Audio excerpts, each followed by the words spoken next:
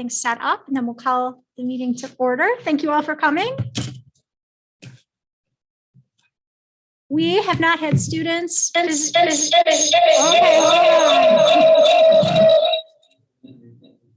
I thought I did that.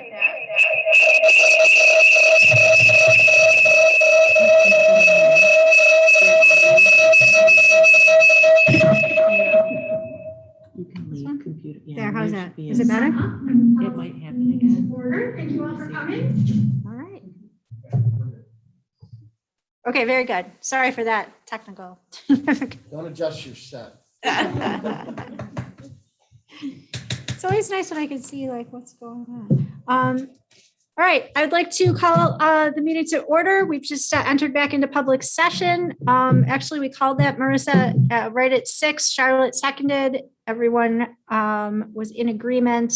And then I gave Charlotte the second on entering into public session. So we are, we just did the pledge. We can do the pledge again. I pledge allegiance to the flag of the United States of America and to the republic for which it stands, one nation, under God, indivisible, with liberty and justice for all. We would like to begin the moment, the meeting, just with a moment of silence in honor of our dear friend and board member Ann Orr, who passed away suddenly last weekend.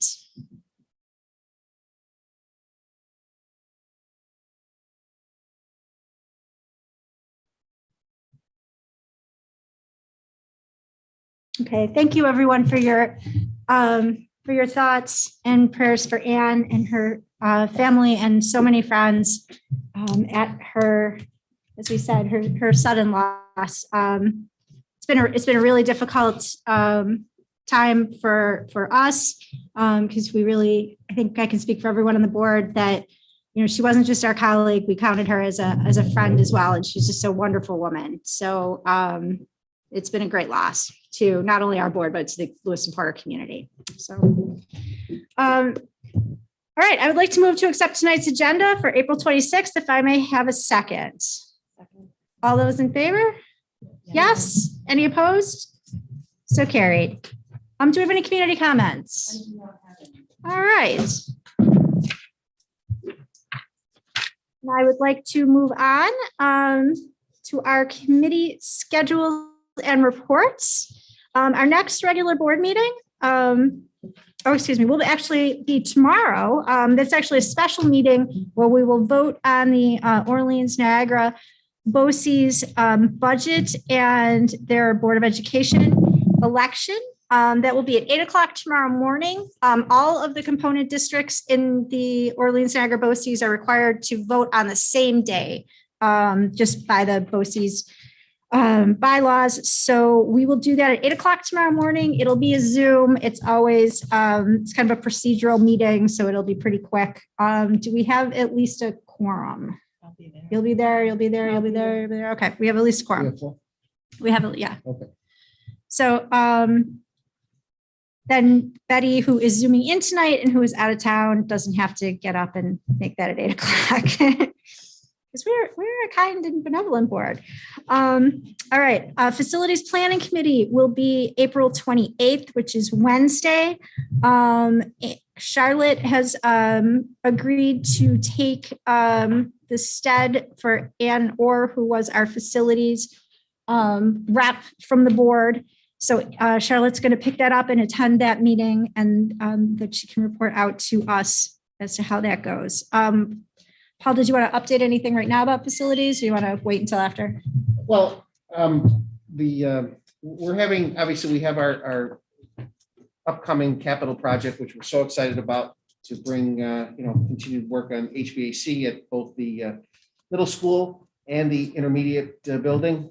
But then there were other pieces to it, including the turf field, lighting at the turf field. There's the IEC library, things such as that. And we had really thought and hoped that we were going to be in a great bidding situation, in that the bids were going to come in quite well. Very competitive. we had a number of bidders. However, as you're all seeing, and those of you who are trying to perhaps put up a fence or have work done in your home and need to buy lumber, things such as this, costs have just escalated astronomically in a very, very fast fashion. So where we thought we were in a very strong competitive bidding environment, due to not necessarily the fact that we had a significant number of bidders, the costs have just gone up dramatically.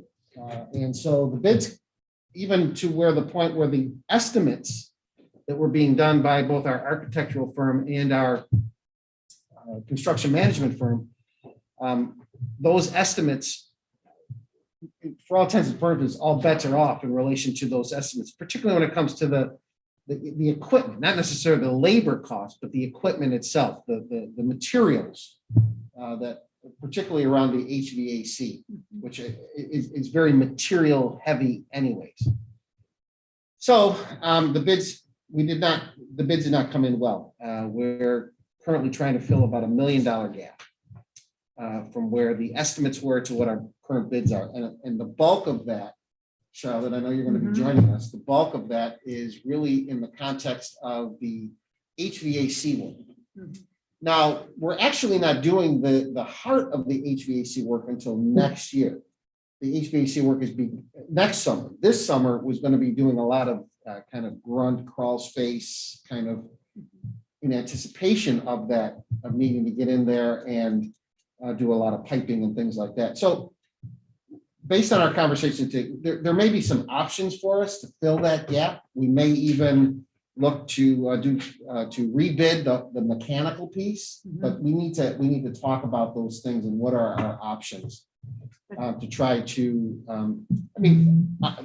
The other piece would be we'd have to cut things out of the budget, cut things out of the project in order to get that HVAC work is the heart and soul of the project.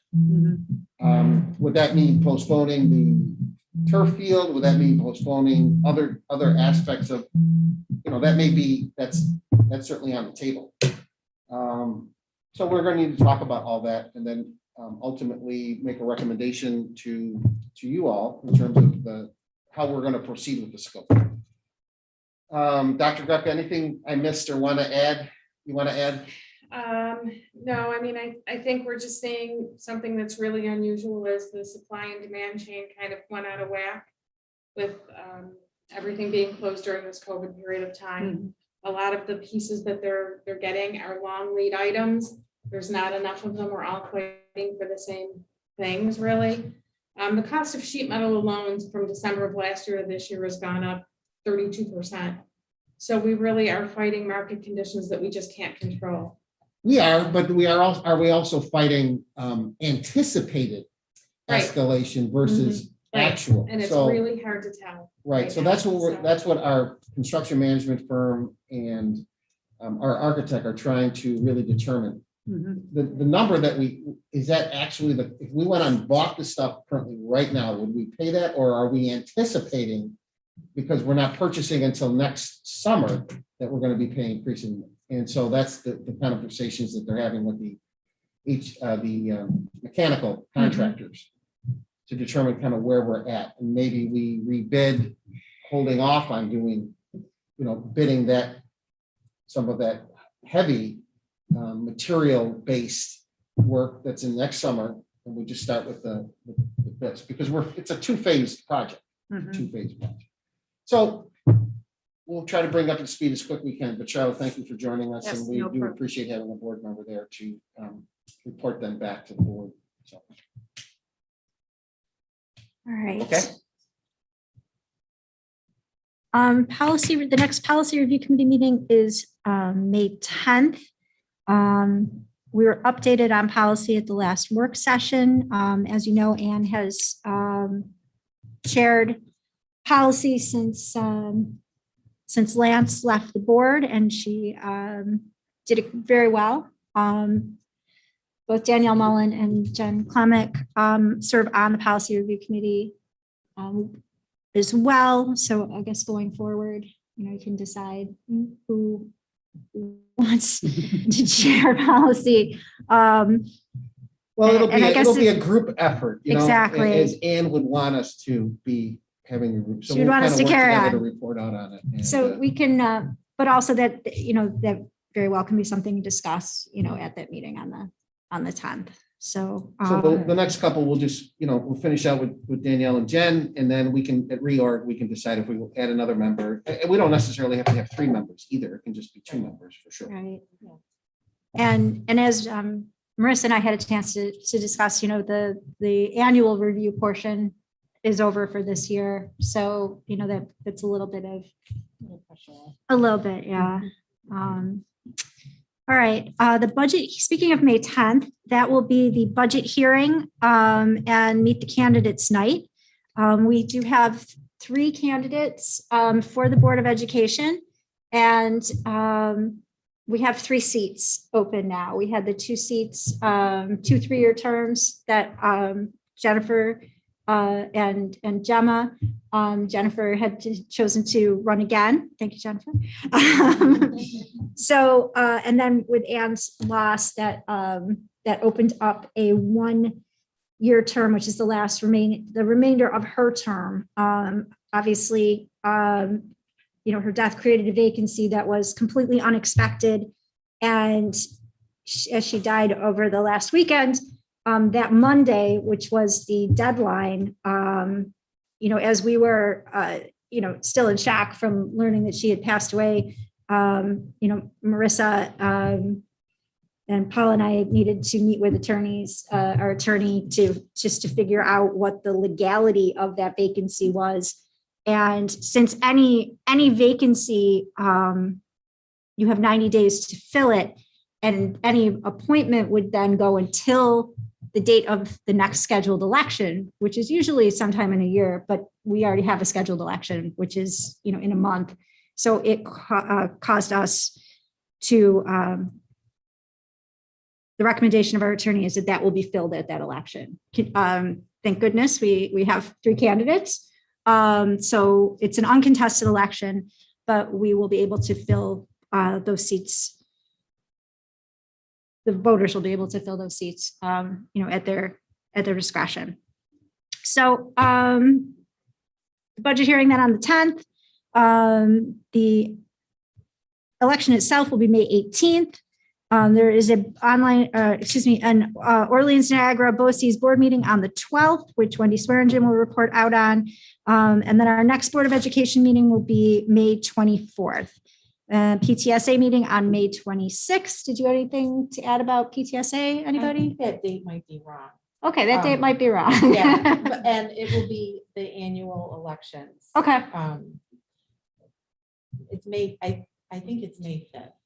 Yes, Julie? Okay.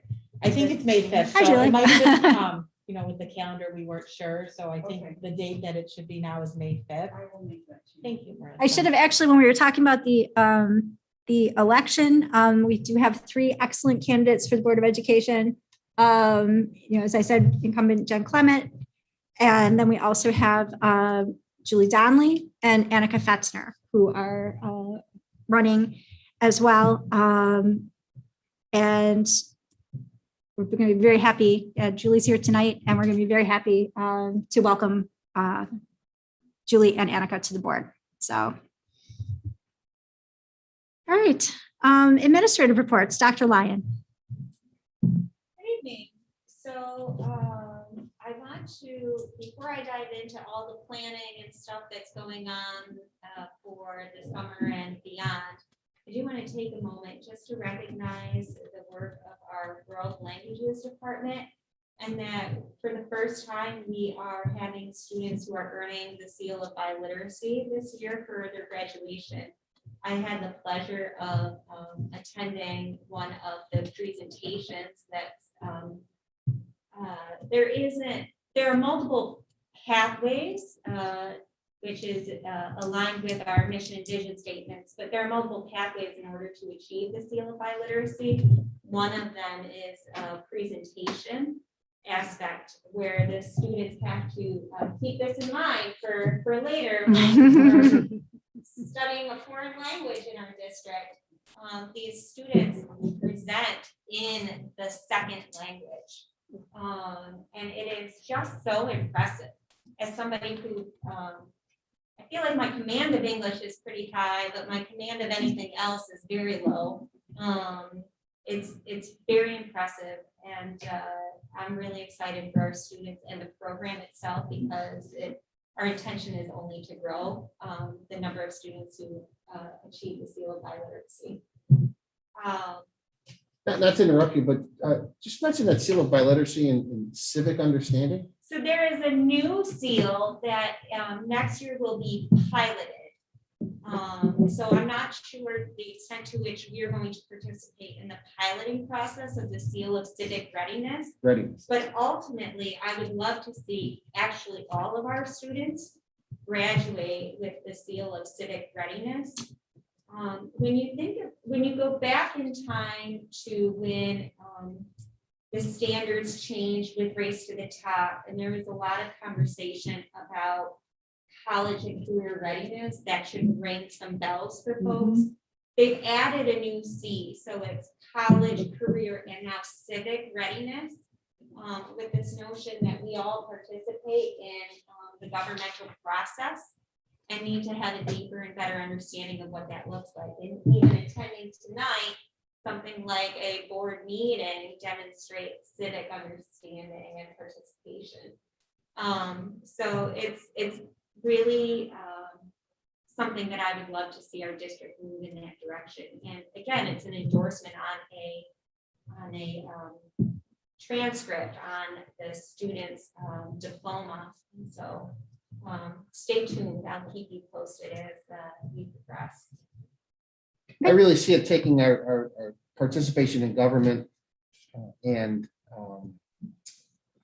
that whole process where students have to, we've been long talking about developing a more intricate and well-defined community service type experience for our juniors and seniors, really even starting earlier in the grades and then building up to that. So this could be a lead to that, which we're excited about. For sure, you actually can start accruing the points that need to be accrued for earning that seal as early as middle school, honestly. Yeah. And again, that's because to understand the way that politics, civics, all of that comes together and works. That's not something that you just sit down in a class and learn, in a half-year course or something. We really want to foster that understanding throughout students' careers here, but then so that they can utilize and implement that when they're on graduation and beyond. So let's talk about what's in the hopper for what's going on right now forward. So we are very excited because our students K-5 started today. This is the first Monday that any of them have been on campus this whole school year. And for some of our students, like our kindergarten students, it might be their first time ever stepping foot on campus if they had previously been fully remote. It's a really exciting time. And I keep thinking that definitely today feels a little bit like September, probably for a lot of us. And there are only 10 months in a school year and only about 10 weeks left in the year. So each week is a month. There you go. So we're doing that, and I have not had an opportunity to really touch base in a meaningful way with anybody to ask about how today went, although I did call up. I managed to catch Mrs. Rodriguez today to see how it went this morning, and she gave me the thumbs up. So that's exciting. We are beginning to work on our summer planning and work that we'll be doing over the summer. So this is new for us. We haven't planned for summer instruction on our campus in a very long time. Maybe, I don't know if ever, I really don't know. And so we're working on that, and there are a lot of moving parts. we're lucky because in some ways you don't have to recreate the wheel because it's not like nobody's done this before, like, virtual learning during a pandemic. However, you usually start planning for this well before the end of April. So there's a lot that needs to go into it. I can say, at this point, we have some good dates in mind. So looking at the start date around July 6th, which is Tuesday, because the 4th is celebrated or is observed on the Monday. And then doing Monday through Thursday from 9 until noon for our students. Going through Thursday, August 12th, I think is that Thursday. At the elementary level, we're looking at possibly, again, and everything I'm giving you is very preliminary, but possibly 2 overlapping sessions. The idea with 2 overlapping sessions is of 4 weeks each. So you have a 4-week session, and then 2 weeks later, you start another 4-week session. So that way, no student is necessarily abandoning their entire summer. The family doesn't have to, plan for the entire summer in that way. When we're talking really about K-8 programming, we're still having conversation about what that would look like because we're not looking to necessarily do heavy remediation as much as we're trying to mitigate summer loss. And so trying to maintain and, continue to immerse students in learning in ways that are less standards-based and formal as they might be during the school year. We intend to hopefully have busing for our students, K through 12. And Dr. Grubka is working on potentially some wraparound opportunities for families who might need before or after programming. For our summer school, for our 6 through 12 students who fail and need course credit, we're looking to utilize Apex. And what we have learned this year is that our students who use Apex for learning, it's really good because it doesn't cut corners. Like you have to do the lessons in order to progress because it's a mastery-based program. And so you take a quiz, you pass the quiz, you move on. If you don't pass the quiz, you have to go back and do some work in order to then retake the quiz to demonstrate that you've learned. So that's the good part of it. The challenge is that students who are not motivated at home, they may not have somebody who's watching them do that learning. So at the secondary level, we're going to have students come to campus, even though Apex can be done anywhere. They're going to come to campus, they're going to work on it. They'll have opportunity outside of being on campus to work on it. And when they're done, they're done. So that incentivizes them to, if you don't want to come to summer school, then do the work. And then you can get out of quicker. So as a reminder, the Regents exams are not scheduled for August. And so there are no Regents exams that students would be taking.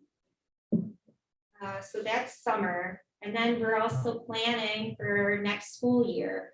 Things like within the budget are the science and math materials. So science that we'll be implementing based on the piloting that we did last year. Math materials to pilot for this school year for implementation the following year. So there's a lot that's going on with that. You should also know that New York State last week or the week before indicated that they have once again pushed back the timeline for implementation of the next generation ELA and math standards, as well as the New York State science learning standards. So that implementation is connected to the assessment portion of things. So the new assessments that are connected to those new standards have also been pushed back again by the year.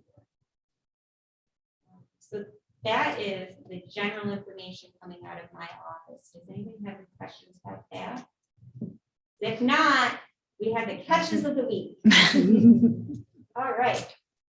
So March 25th, Karen Yeager was the catcher that week. Karen Yeager, once again, is a jack of all trades, but this year she is a 5th grade teacher at the IUC. So she said, my catch of the week is Becky Kaminsky at the IUC. It's fun that we're celebrating the IUC tonight. And these are IUC catches. She is someone who you will always see working with students from the time she walks in the door until she leaves. I can't remember a time when she didn't stop what she was doing to help someone in need. Becky is an invaluable resource of knowledge, and she doesn't know if she doesn't know the answer, she will find it for you almost immediately. Her patience is second to none, and she will respond to any question a student asks about books or technology. She will take a meeting with a student to work on a project or help them find a perfect book. Of course, she has also stopped to help any teacher that asks as well and never complains. Everyone has the utmost respect for her as she is so kind and giving of her talents, whether in the classroom or on projects such as One District, One Book. Becky is a quiet and humble teacher who will never, ever take credit for all that she does. However, I wanted to make sure that she earned the recognition she so truly deserves for all that she does for the IUC. Congratulations, Becky, and thank you for being here. So Becky then caught Michelle Zachary. She said, Michelle is the music teacher at the IUC. She said, Michelle is a great team player, always looking for ways to work together to solve problems. She always thinks about what is best for students and families. Michelle's lessons are planned with students' needs in mind. She is also so creative and willing to try new things, especially this year with the hybrid model. Her asynchronous lessons are always engaging for students. She tries implementing different strategies to engage students with new technology, and she will go to great lengths to figure out how to do so. Not only does Michelle go above and beyond with her lessons, but she also manages the school play and concerts each year. Michelle is unbelievably deserving of this recognition, as she is one of the hardest working teachers among many at Lew-Port. Congratulations, Michelle. So given the spring break and everything that's been going on, these are the 2 catches. So congratulations one more time to Karen Yeager and Michelle, Karen Yeager, Becky Kaminsky, and Michelle Zachary. Thank you. Patty, do you have any? So I just, I wanted to let everyone know we've gotten our first payment in for our CARES funds. So CARES 1, we're now starting to do our purchasing for our non-public schools. And then we will start requesting reimbursement for the rest of phase 1. I have been working with Dr. Lyon and the principals on the summer programming, and of course, Mr. Casari as well. We have CARES 2, what I like to call CARES 2, and the new money coming in. That money is intended to last us theoretically over 4 years, and we still don't have a whole big picture of how we apply for it, because we will have to apply, or how they're going to apportion it. So as we go through the process, I think we've just got a great foundation of what we're going to bring on board. We're talking about additional counselors for the elementaries, a social worker at the high school. We're talking about math and reading specialists at the elementaries, a reading person at the secondaries. I think we're going to be able to do really quite a lot with those funds. It's just a matter of getting a better understanding of how they will trickle down to us. Mr. Casari talked a little bit about the phase 1 bids and how they did not come in as planned. I will be spending this week, and I've already started meeting with all of the contractors, going through the de-scoping meetings. This is making sure that everything that they say is in the building plans is actually in the building plans and are covered by one of the contractors. We've already had 2 issues come up where, I've had to say, please double check, make sure the penetrations are covered by somebody. It can't be vague. So those have been really good, and the construction company that we're using has really been leading those and going through very detailed items. Mr. Feathers and I have been working on the fire safety reports. Our inspections are all done. All our corrections are made. Now it's just a matter of getting the data into the state. Dr. Lyon talked a little bit about welcoming back our students today. So excited that they're here in person. I was surprised to see them, and I'm happy that they're here. Hats off to our facilities department for getting these buildings ready to welcome all of our students back. They did a fantastic job. And of course, our transportation department really did a fine job of rerouting everybody. We really were able to scale our numbers back so that we didn't have any more than 40 students on any bus. I thought they did a fantastic job, and of course, all of the people at the building level, you know, the teachers, our administrators, our teacher aides, our clerical staff, they really pulled it together to make sure everybody had a good first day. Mr. Kasari and I are getting ready for our negotiations. You'll hear a little bit about that later. I'm preparing data for 3 different groups. Our clerical, our LPAP, which is our clerical and our nurses, our LUBI, which is our teacher aides and monitors, and our CSEA, which is all of our facility staff, are up this year. And other than that, I've been working on our budget documents, salary disclosure statements, all of those fun things related to budget. All right. That's it. Thank you. Mr. Pizzari. Just a couple things. First of all, I too want to offer my sincere condolences to Ann Orr's family and her friends especially. I've gotten to know Ann over these years, you know, on the board and in her role on the committees, and she's just she was just such a terrific person, very kind, smart, witty, just brought so much to the governance experience here, and I'm going to miss her, and I'm still in quite a bit of shock. Certainly, when Jody and Patty were trying to reach me on that Sunday when we learned of it, I still, Saturday, excuse me, still can't believe it. But, you know, Ann was a very down-to-earth person, and I know that she would, and I can still hear that laugh of hers, and she would want us to forge on and continue our good work in her honor, and we'll definitely do that. But certainly going to miss her quite a bit. So enjoyed getting to know her. Secondly, I do also want to, it's so great to see students here from the IEC with their teacher and Mr. Rodriguez, and just really excited to have them here, and parents, and just having an audience. It's awesome. We are very excited today. I was able to be out at the buses and walk through the buildings and see classes with full of students.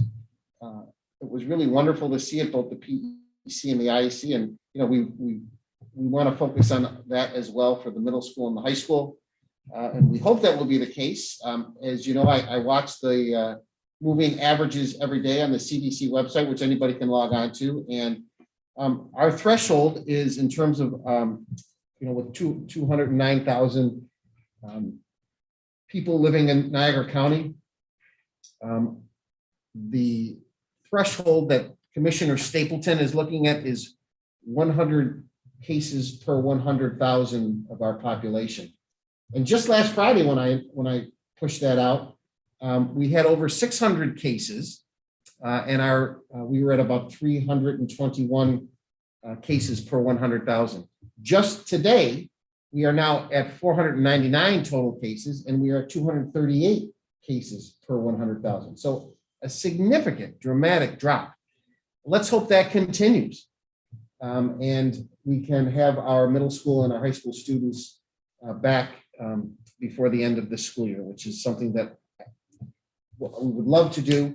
More importantly, I think, you know, just to kind of get the kids back in the swing of things as we get before the summer, so that they can start to think about next year. And more importantly, to have that opportunity for our seniors to just have a little time on campus together, all of them. So we're hopeful that that trend will continue. And certainly I'll be on my call tomorrow with Commissioner Stapleton and the rest of the Niagara County superintendents to have our conversations about continuing plans moving forward. I talked with Mr. Rolls today, the high school principal. There are a number of things in the works with regard to end of year activities for our senior class. We are obviously moving forward with plans for the prom on June 18th at the Wurlitzer, within the context of the new guidance around social gatherings. And then, of course, the graduation at Art Park on June 25th. with, again, gatherings, guidance from New York State that was just released. And so that guidance is talking about events over 200 people outdoors. These events, the prom will be an outdoor experience at the Wurlitzer. They have an outdoor kind of area. And of course, Art Park is an outdoor event. Over 200 people attending an event, there are certain requirements, and there's either testing requirements or vaccination requirements. The testing requirements, and I apologize to the school community if I didn't, I put the guidance out, but I was corrected by a number of our community members today. So it's not just PCR testing. There is other nucleic tests that can be done, and there is also antigen testing that can be done. So there are three possibilities. The 72 hours are the PCR test and the other nucleic, they're called NATs, N-A-A-T-S. And then there's the antigen testing, which can take place up to 6 hours prior to the event.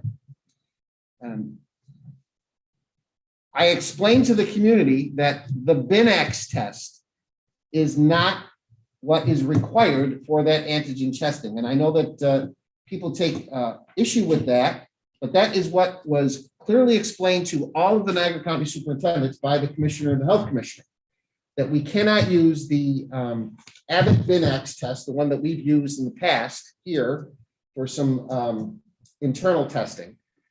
We cannot use that in relation to the new guidance that is put out by New York State. Dr. Grupka and I are looking at the possibility of creating opportunities for the 6-hour antigen testing, but we talked to our that outside vendor who provides nursing services and other medical services, Aviana, and they could provide that test at $150 per test, which is significantly more than was even being charged for football fans to see the Bills back in, which was $63 a test, I believe. So we're continuing to look at that and the opportunity of at least setting that up for families so that they, if that comes to pass, they could certainly use their insurance and those kinds of things and have another outlet. But, you know, I have been encouraging people. I know that there are some members of our community who disagree with me. However, I have been encouraging people, students ages 16, 17 can now get the Pfizer vaccination, and ages 18 can get Moderna. I've been encouraging families to do that. Based on everything that I have read and from all of the governmental agencies, including the CDC and the FDA, those are safe experiences for people.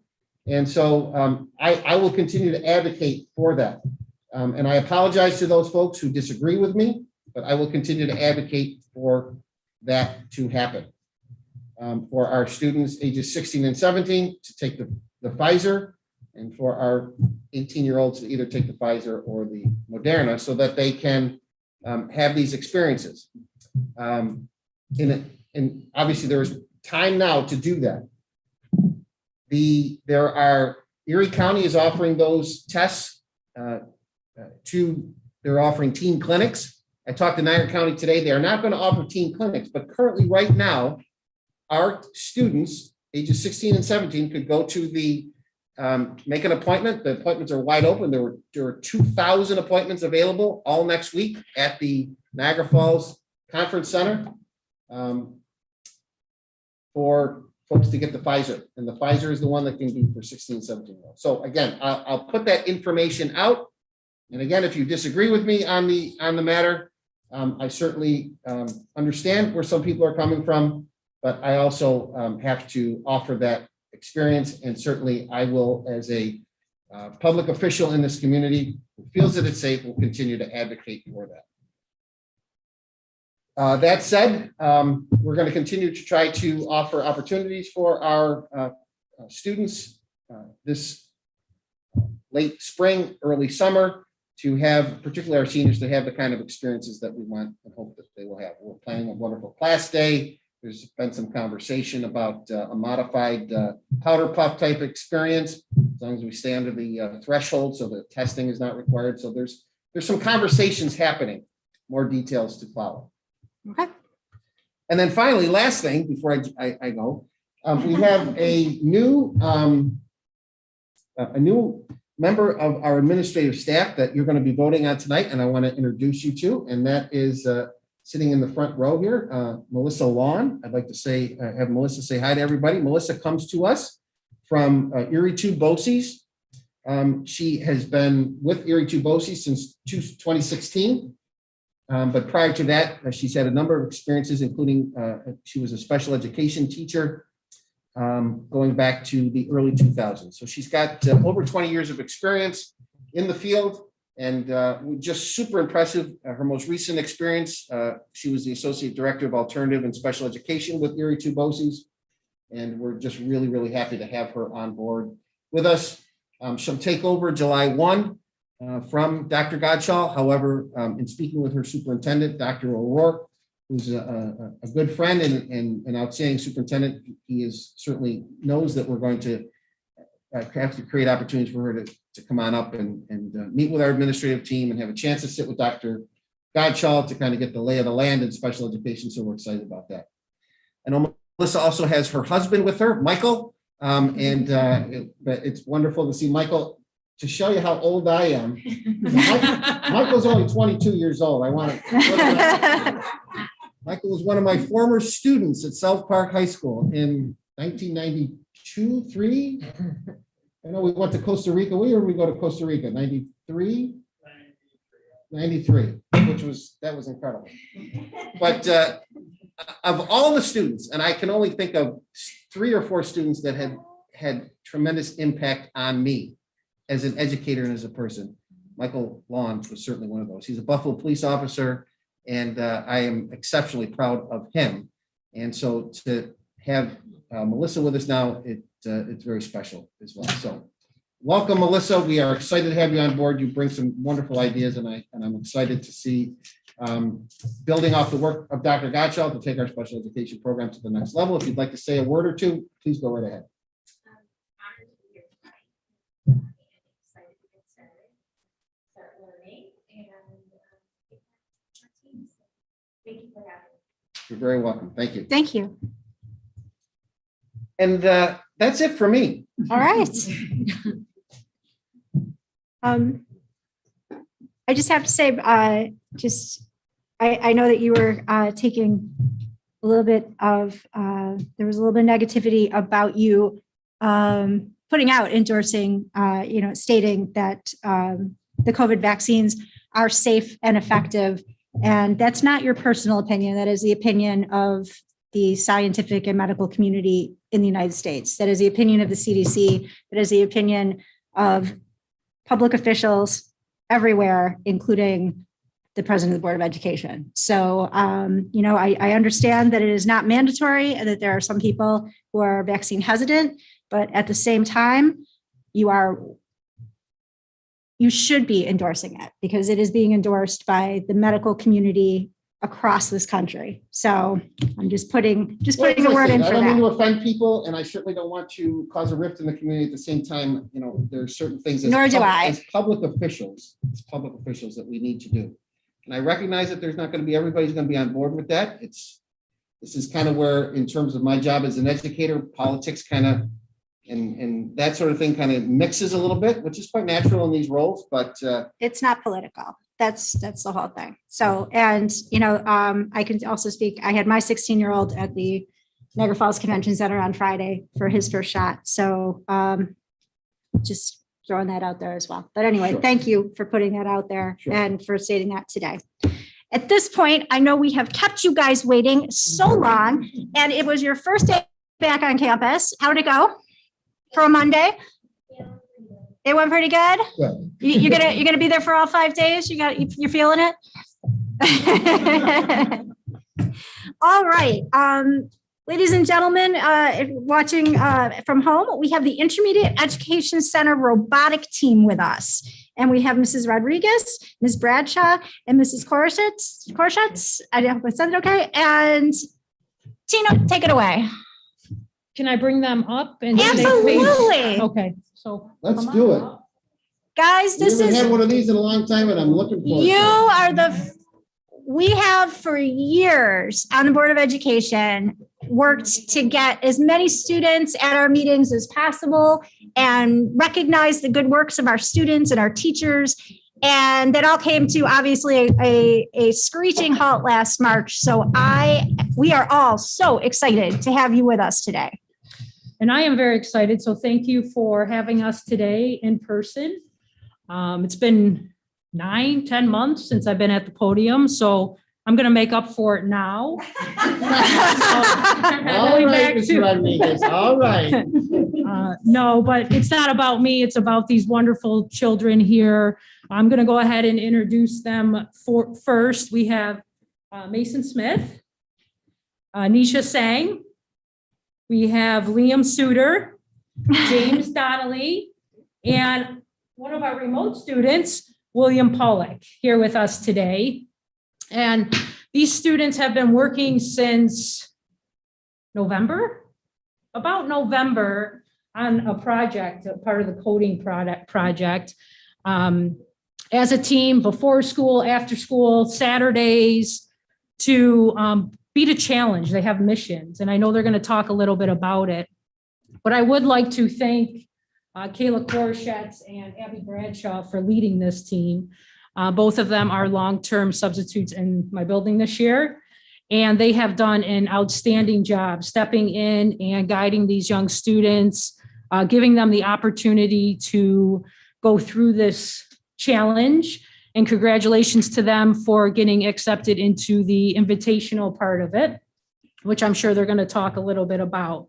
So now I'm going to turn it over to Mrs. Bradshaw and her team. Hello. For those of you who don't know me, I'm Abigail Bradshaw. I had the pleasure of being a long-term sub for the enrichment classroom in the IEC. With that, I had the privilege of teaching them, or not teaching, but coaching them through the Wonder League robotics competition. The robotics competition has been going on for about 5 years. It started in 2015, so now it's about 5-6 years. There is now 86,000 kids throughout the entire country that these kids compete with. And there's different age brackets. So I believe this year within the age bracket, they competed with 700 other kids from around the world. This year was a little bit different from other years.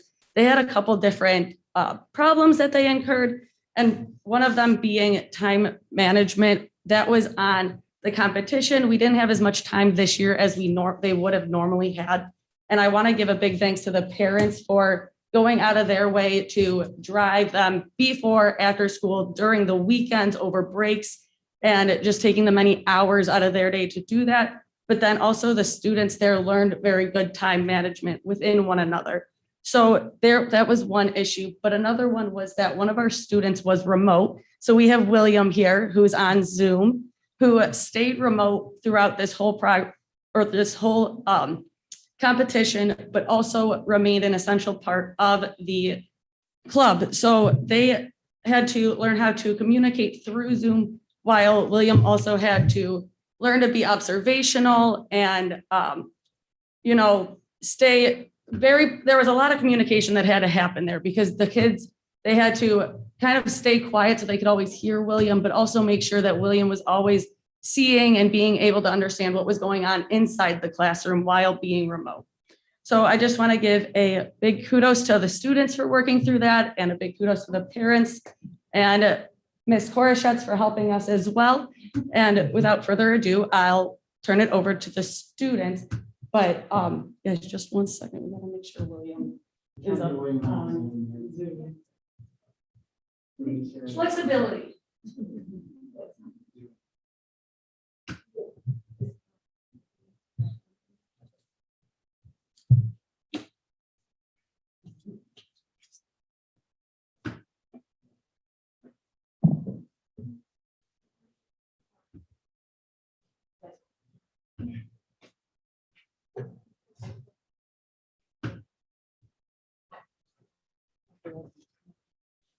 Is William on the screen right now here? He's here. Hi, William. He's gonna be talking as well. Gotcha.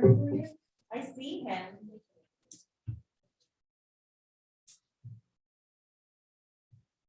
William, can you say hi? Yes, use that microphone. Yeah, okay, there we go. That's.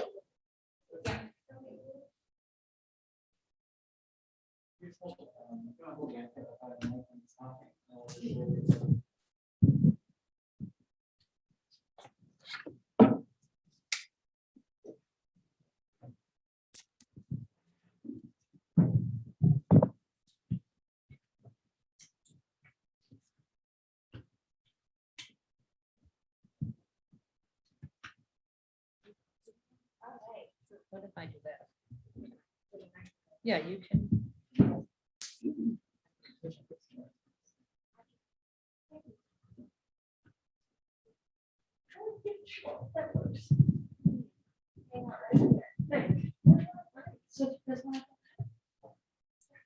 Hi, Anisha. Hello, Anisha. Hello, I'm Liam. Hello, I'm Liam. Hello, I'm IC coding kiddos. This is my essay of why everyone should learn coding. Practically, everyone in this country should learn to program a computer. I think that everyone should learn coding because you can learn teamwork skills, you great for thinking skills, and mostly because it's really fun. The first reason that everyone should learn coding is because you can develop teamwork skills. I can relate to this because I'm in a coding group. In my coding group, we collaborate by making attachment ideas, sharing plans together, and making the code. Also, we use teamwork skills by running the code over and over to make changes every time. That's a lot of teamwork. The second reason that everyone should learn coding is that it is great for thinking skills. You're thinking while you're making the code because you have to put a certain block into a certain place. When you are doing this, you can run the code to try it out.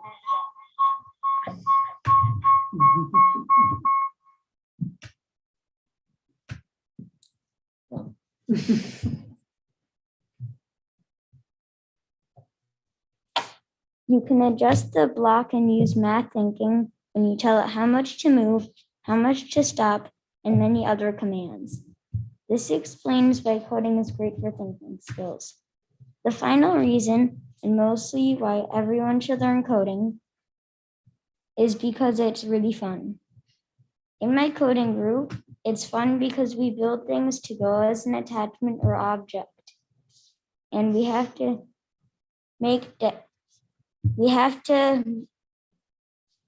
code to tell Dash, the robot we are coding, what to do, and we fill out our logbooks. I have a lot of fun in coding. Everyone should learn coding because you can learn teamwork skills. It is great for thinking skills, and mostly because it is a lot of fun. If you didn't want to learn coding before you read this essay, you probably will now. I'm hoping you will have a lot of fun. In mission 1, we had to make Dash lead the turtles to the hiding spot and tell them that it is safe to come out.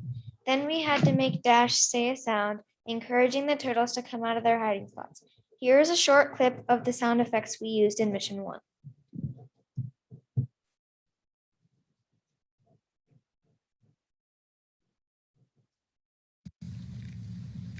Hello, you can come out now.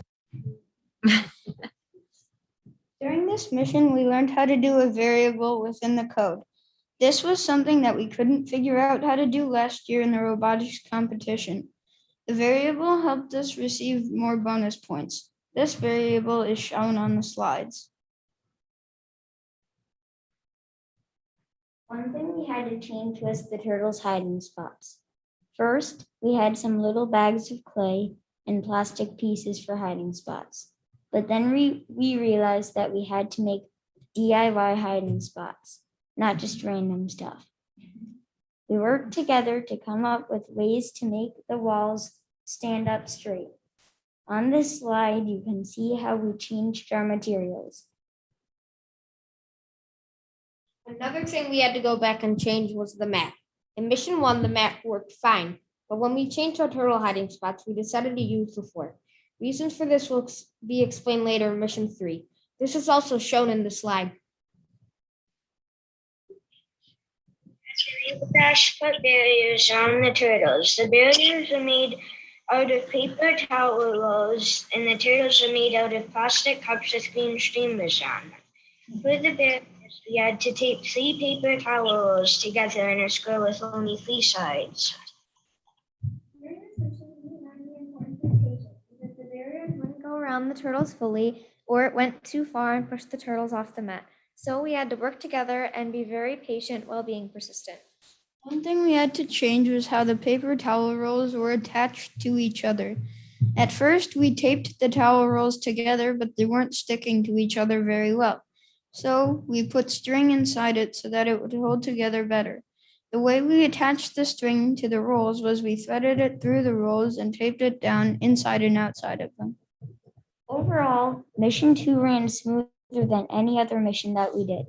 So it went by the fastest, even though we ran into some difficulties with the paper towel rolls not sticking together. Mission 3, we had to run over rocks to be able to get moves. Each rock had a letter and a number of how many moves Dash could add on. We started out with 4 moves, each move for 30 centimeters. To make it count as a full move, we had to move all 30 centimeters. To get to the finish, it was not possible to get there unless we collected all of the moves on the rocks. Also, to make it harder, there was quicksand blocking some paths that if we went in the square of the quicksand, we would fail. This mission was tricky because our mat had a lot of bumps that made it go 5 to 10 centimeters less. This was a problem because we needed all 30 centimeters for each move to get to the end. So we decided to use the floor format. It still didn't work, so we thought that it was the dash we were using. After a while, we could not get it, so we temporarily skipped this mission. Then we came back to the mission and changed the code. This code was the longest because I had to use math calculations. After a little while, we finally got it. Overall, mission 3 was the hardest out of the 5 missions in the qualification round. We learned that teamwork is the key to success. In mission 4, we had to make 3 DIY boxes that represented dead ends in the sewers. Dash had to find the right tunnel to guide his friends through the sewers. We also had to make Dash push the DIY boxes 1 square to get an extra 10 points. Also, Dash had to make a custom noise at each sewer. Dash had to turn his light green when he found the right tunnel and red when he found the wrong dead end. The problem was that the first 3 sewers/boxes were unstable. Those boxes were made out of paper and taped together. You can see that in the picture on the left. When we ran the code, Dash kept running over the paper boxes/sewers, so we added pencils for support. After multiple attempts, we finally realized the paper ones were too unstable, so we made cardboard ones, and they were much more convenient and sturdy. Also, they fit the squares perfectly. Overall, mission 4 was one of the easiest missions of the 5. In this mission, we learned that we needed to communicate with each other better. We had to dismantle the dam safely row by row or for bonus points cube by cube. We faced many problems in this mission, like when we had a hard time getting them to go down cube by cube. We had to build an attachment and Dashes had to take down the dam. How we did it was we made the attachment to poke down the dam, hopefully cube by cube. Sometimes it knocked down the cube below it or next to it, which was annoying, so we had to be very careful. The way we knocked down the cubes was to make Dash poke the middle cube and look left to knock down that cube and right to hit the other cube next to it. Then we did the same thing for the middle row. For the bottom row, we just rammed it with Dash because there was no reason to poke it. We needed to push them all out of the square, then get to the finish line above. Here is a short clip of mission 5.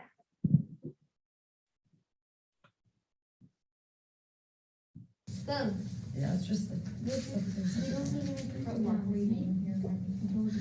Okay. 嗯 James, remember, right? 嗯 James, remember, right?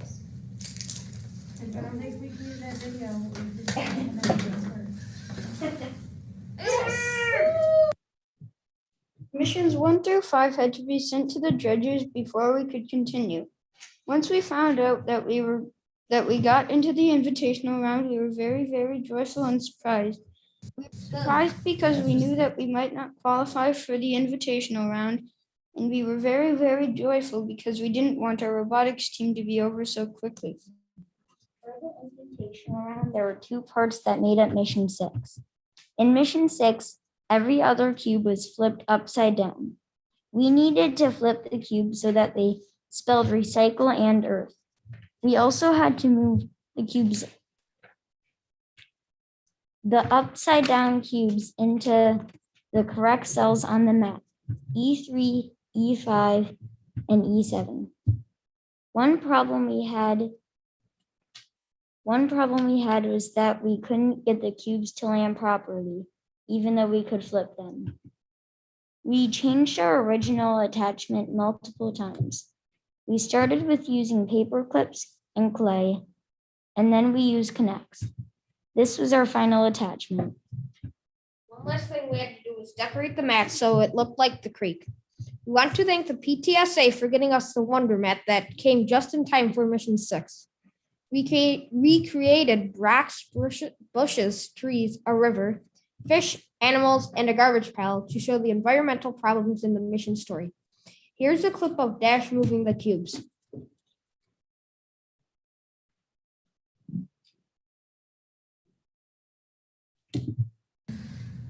The exact same rock. Which rock? And this one. Just move it. So I was right. We did need to go 10 centimeters less. No, it's fine. I mean, it's still in the square. Your problem with a burn environment and make Dash gather the needed resources to create something to help solve the problem. Our problem was the high water levels from Lake Ontario were eroding the land and destroying people's property. The resources we decided to use were logs, rocks, and rope. The creation we made was a wall to stop the water from getting to the land so it wouldn't erode away. The logs and rocks were the wall, and the rope kept them all together. Although we tried hard in this mission, we weren't one of the top 5 teams in our age group. However, this was and is okay because we learned how to work together. We were confident and proud in ourselves as a whole team. This robotics club helped us learn how to collaborate, focus, problem solve, and communicate. We won first place in our own way. Thank you to the PTSA, Miss Bradshaw, Miss Courchette. Miss Rodriguez. And our parents. we look forward to doing this again next year. Without your support, this wouldn't have been possible.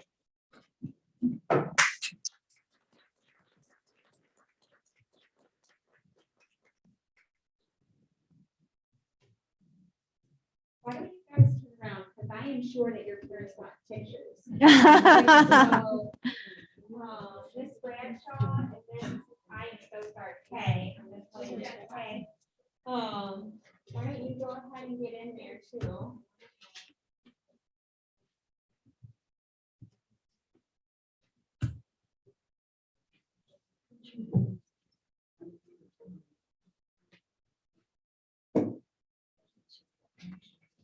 So cute. I'll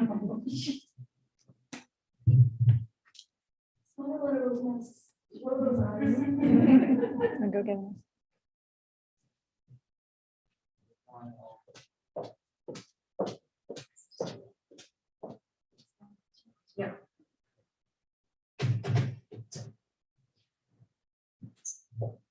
Also, on behalf of the Board of Education, we have plaques for each of you, certificates. Thank you for your participation and congratulating you on your win. So please sign. William Pollock.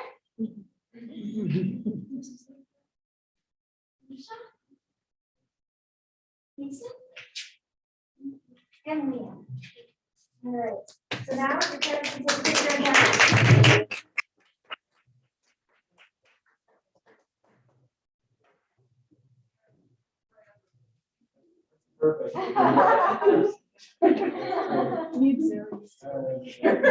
Smile, right?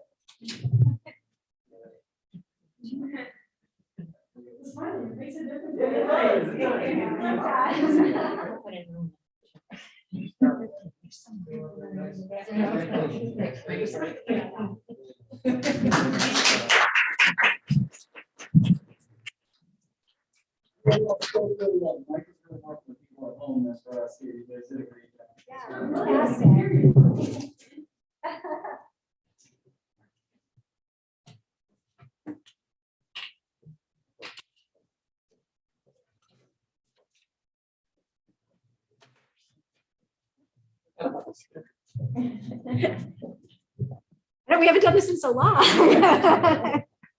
Okay, just a couple more awards that I'd like to. So these next three awards are going to go to our school board members. And so our school board has always been very highly engaged with the New York State School Boards Association.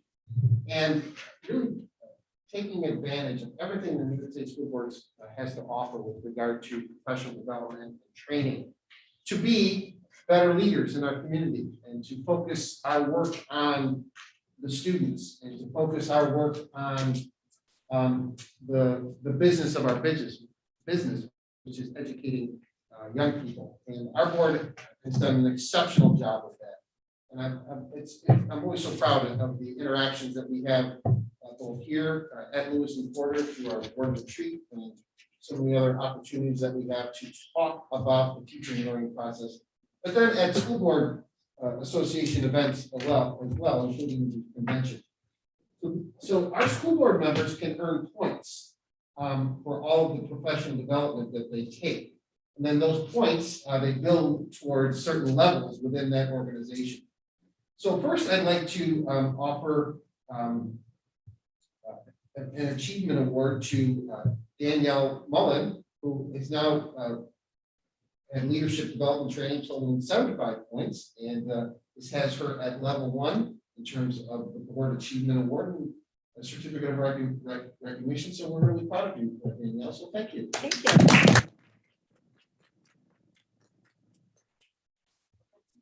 Should I get on? I don't even know how I. No, don't like we'll it. take a picture later. We'll take a Thank picture. you. I know. You're so kind. The second award that I wanted to give is to our board president, and that is a very special award because she has achieved, it's beautiful.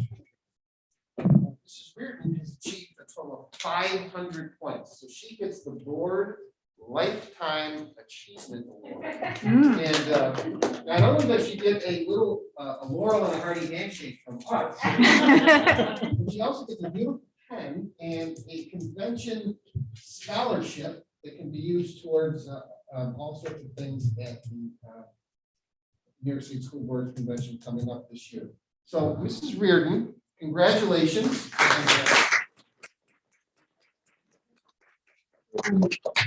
Well, I don't have the laurel, but here's your hearty handshake. You'll get the hearty handshake too. So then do you want to give the next one? Yes. Well, first I'd like to thank the Oh, yeah. Academy.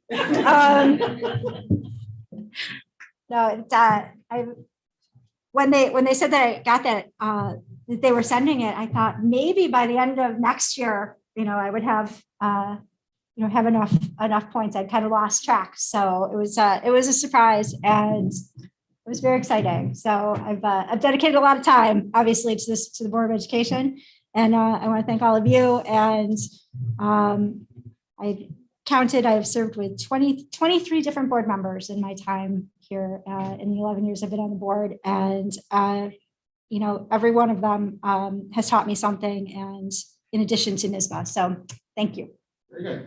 So our last one, I'll let Jody talk a little about the last one. Right. We realized we were notified of the awards last week, and this award is for adults. So was awarded the Board Achievement Award. We're going to present this to her best friends, David and Paul Jones, live next door to her. I'd asked them if they could come tonight because they were not able to make it. So they are going to receive this in her honor. And we're also going to give them her name. Yeah. So I can say would have been absolutely delighted and, as humble as always to receive this award. So we'll receive it. We're so sad, so shocked that she is gone. We're so happy that we were able to serve with her. And I know it's been very important to that and to the family. So, All right. thank you. Wait, what? Have a little break. Individually recognized. Mr. Casari is whispering in my ear that we got cookies. So, so we are going to take a brief recess at this point. Do board comments first. While the students are here, we can quickly do board comments. Yeah. Okay, how about while we're doing the board comments, the students can go and help themselves to the cookies. How about that? All right. The board comment, now Marissa picks the order of these comments. And that is always like a big point of consternation for the board members who have to go first. So since Mrs. Warwick is zooming in today, we're going to go out of order and Betty, you're first. Awesome. Can you hear me? Just for a minute. Am I on? Can you hear me? Hello? I don't know if you guys can hear me. Maybe not. I'll go first.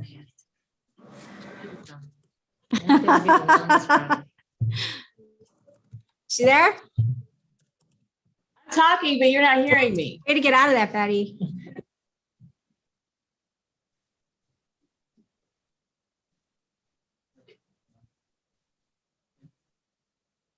All right.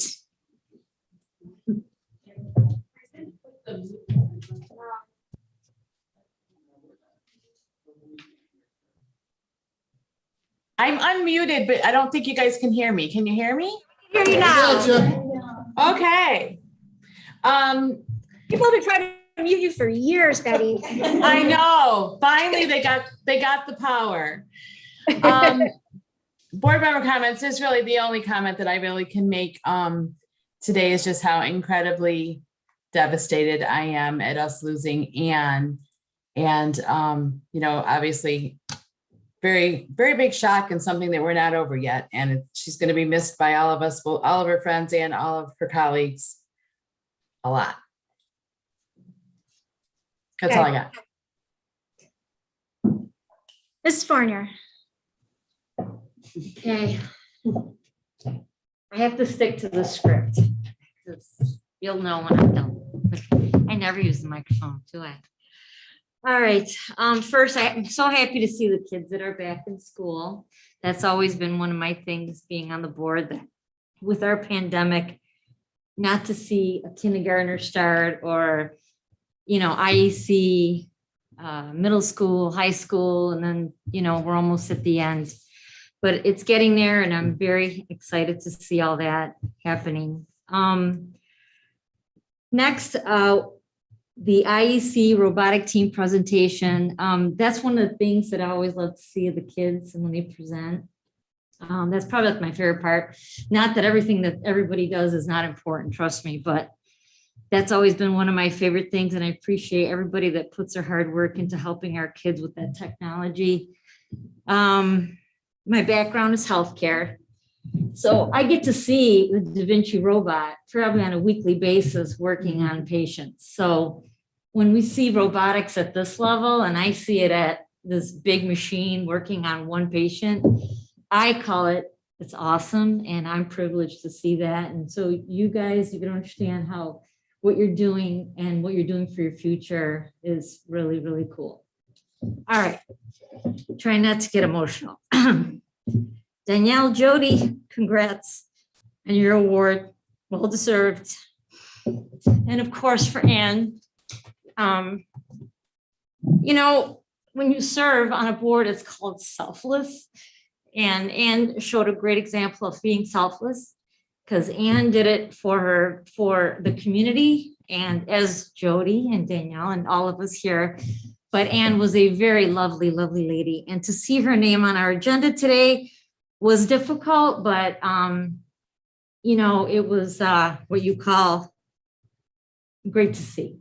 And again, going back to our board loss, but it was great to see that she was recognized. This is my last board member comment. I'm done. I've proudly, and I've been privileged to serve this Lew-Port community for the past 4 years. And all I can say is appreciate all of you. Thank you, friends, family, okay? So thank you. I'm done. Thank you. Charlotte. First, I'd like to say to the students, I'm very pleased that you were here to present this evening. As a retired teacher, I'm always happy to see students engaged and involved in their learning, and you certainly are. You have some skill sets that I have never had and probably never will. So that makes it all the more impressive. I'd also like to thank the teachers that have facilitated this program. And I'd like to say thank you to the board for supporting a program like this in the district. I think it's paramount for children's success. They become team members.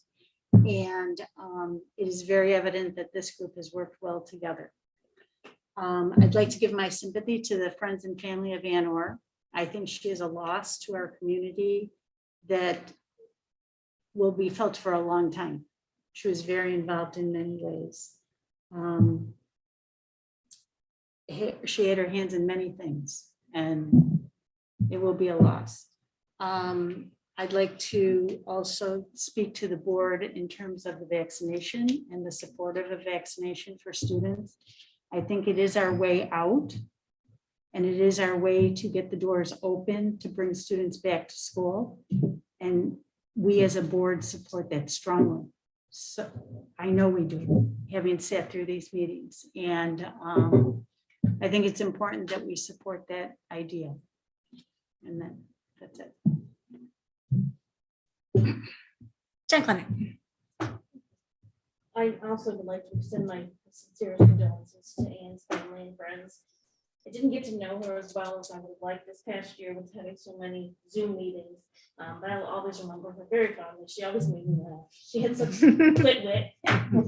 I want to congratulate Jody and Danielle on their achievement awards. That's you put a lot of hard work and time into the board, so it's much appreciated. And I want to thank the IEC coding team. You had a great presentation. I really enjoyed it, and I think that you did phenomenal. And you're all winners anyway. You did a great job. And I also want to congratulate Mrs. Cadillac's second grade coding team. They earned the most collaborative collaborators award, and I think that everybody should keep up the great work. Thank you. Danielle. Thank you to all the coders for coming out. I think I have a fun fact, right, that the coders were our last presentation by kids last year before the pandemic shut us down in February. Yeah.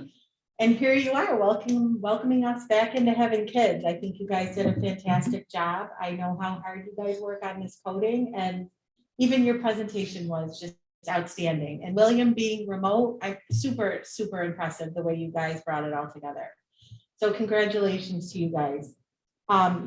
I want to just say I'm super excited for the elementary kids to be back to school. I know there's a lot of excited families, and even I think the kids are excited to be back in school.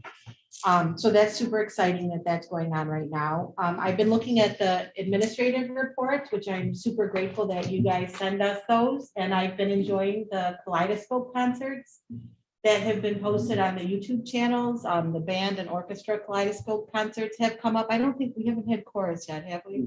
Okay, so maybe that's something to stay tuned for, but I've been enjoying that remotely. I know that's usually such a tradition that we do every year. Congratulations to Jody on her lifetime achievement. That's quite a major the award. accomplishment. Yes, it is. And I just wanted to mention, I just noticed walking in the posters in the hallway, and I don't know what it is. It looks like research that's being done, and I think that's. Teachers have been doing, that's part of that peer collaboration, peer coaching project. Yeah, I'm super excited about that. I didn't stop and read them all because I was kind of taken by surprise, but I think that's super exciting. So, I'm gonna certainly check that out on the way out.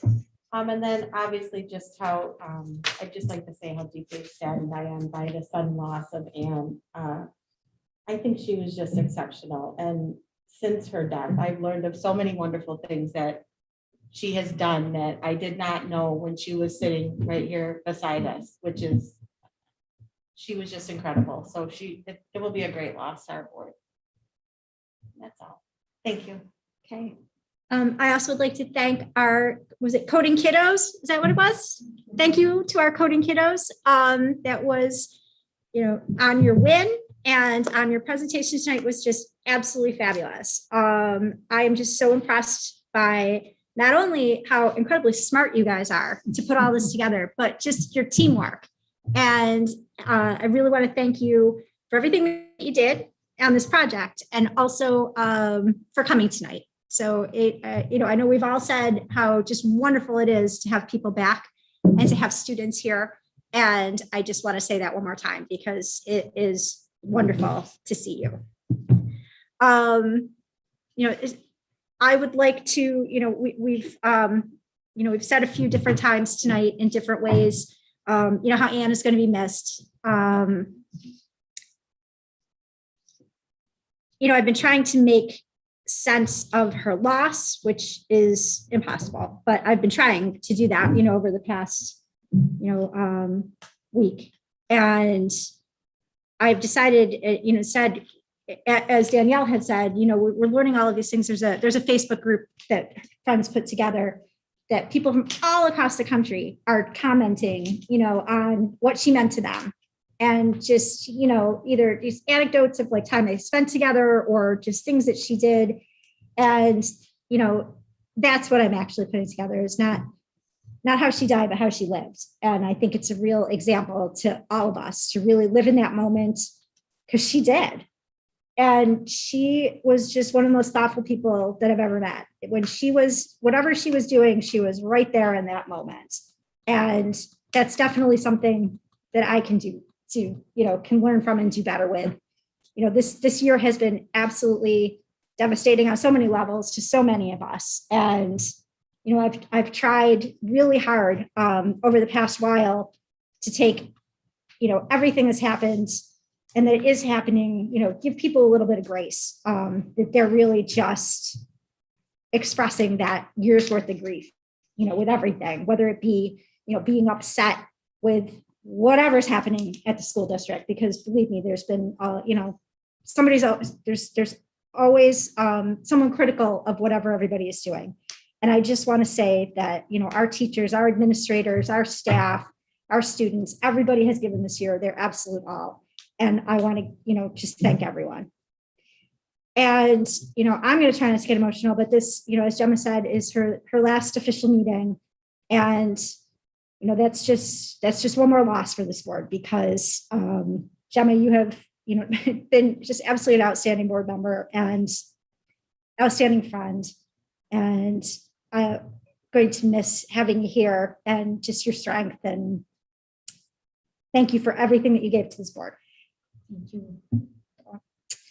All right, now we're really going to take a recess because one of the things I'm really, really happy about is we have cookies. Anyone who knows me knows that I really enjoy baked goods at our meetings, and that is something that has been missing for the past year. So I want to thank everybody for coming with the children and, really looking forward to welcoming people slowly and carefully back to our meetings. So we're going to take, I don't know, like 5-10 minutes. Also, this is the first time we've had a recess since Lance left. And Lance was like, Jody, can you come back? So I don't know, let's say maybe 12 minutes. All right, at this point, we're going to do that and then we'll reconvene and carry out the rest of our meeting. Oh, also, I'm sorry. Welcome, Melissa.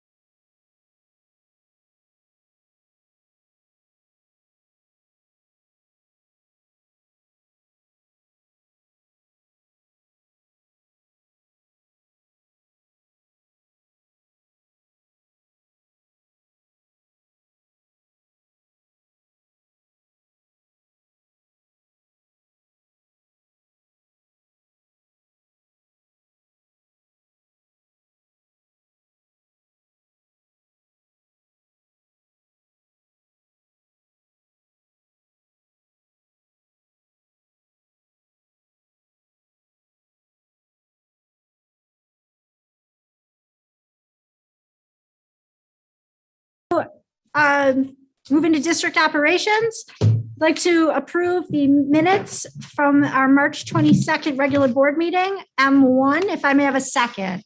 Second. All in favor? Yes? Yes. Any opposed?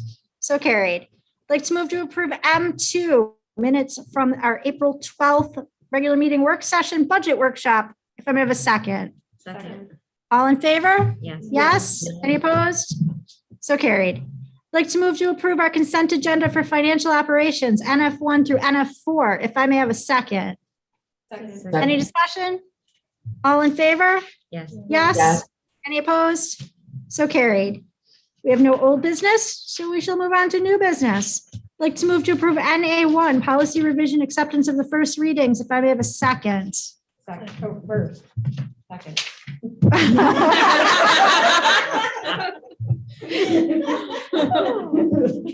All in favor? Yes. Yes. Yes. Any opposed? So carried. I'd like to move to approve NA2, policy revision acceptance of the second reading. If I may have a second. Second. All in favor? Yes. Yes. Any opposed? So carried. I'd like to move to approve NA3, approval of the amended contract for Assistant Superintendent for Administrative Services. If I may have a second. Second. All in favor? Yes. Yes? Yes. Any opposed? So carried. I would like to move to approve NA4, approval of tenure for the Assistant Superintendent for Curriculum Instruction and Technology. If I may have a second. Second. Just real quick, congratulations.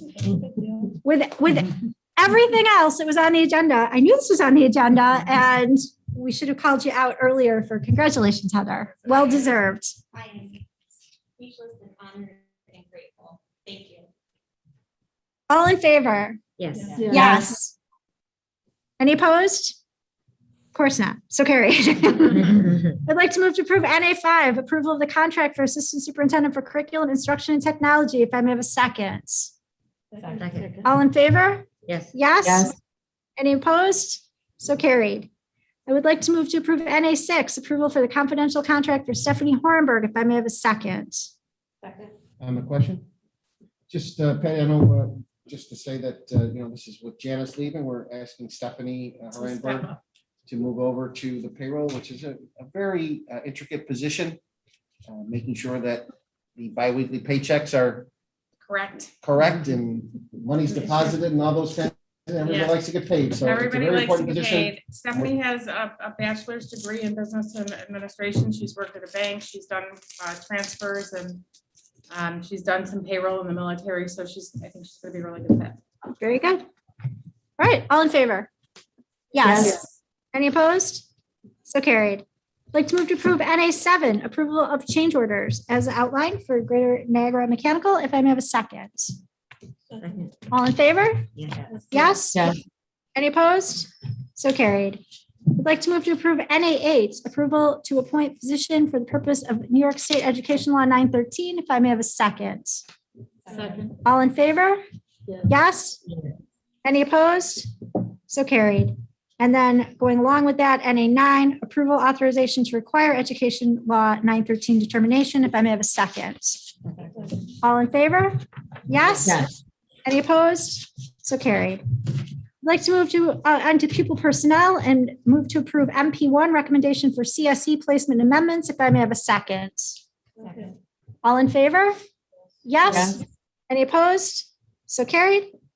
And I would like to move to approve NP2 recommendation for CPSE placement and amendments. If I may have a second. Second. All in favor?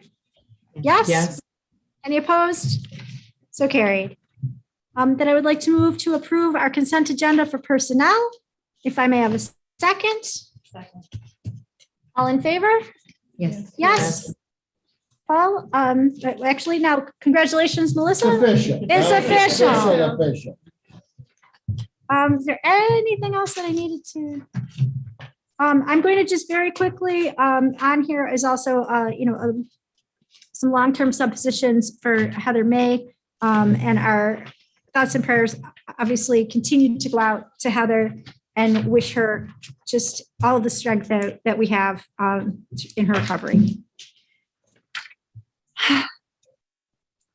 At this point, I'm going to Did we vote on that? Did I actually vote on that yet? Okay, all in favor? We're good? Okay. Want to do it again? All right. As I said earlier, this has been one of those Mondays that I described it as like, the cartoons where you open the closet door and everything just falls on you. That has been my day, like since I got up this morning. So I'm sorry for being a little rattled. At this point, I'm going to move to enter into executive session to discuss collective negotiations with the Lewiston-Porter Administrative Professionals, LPAP, Lewiston-Porter United Educational Employees, the Loopies, and the Lewiston-Porter School Unit Local 100 of the Civil Service Employees Association, the CSEA. Goodbye, thank you, and we'll see you soon. That was our new special education director leaving, and we will, as I said, we will see her soon. So at this point, I would like to move to do that. If I may have a second. Second. All in favor? Yes. We will adjourn after the executive session. We will not take any action tonight. And those of you viewing at home, thank you all for coming. And we'll see you again next time.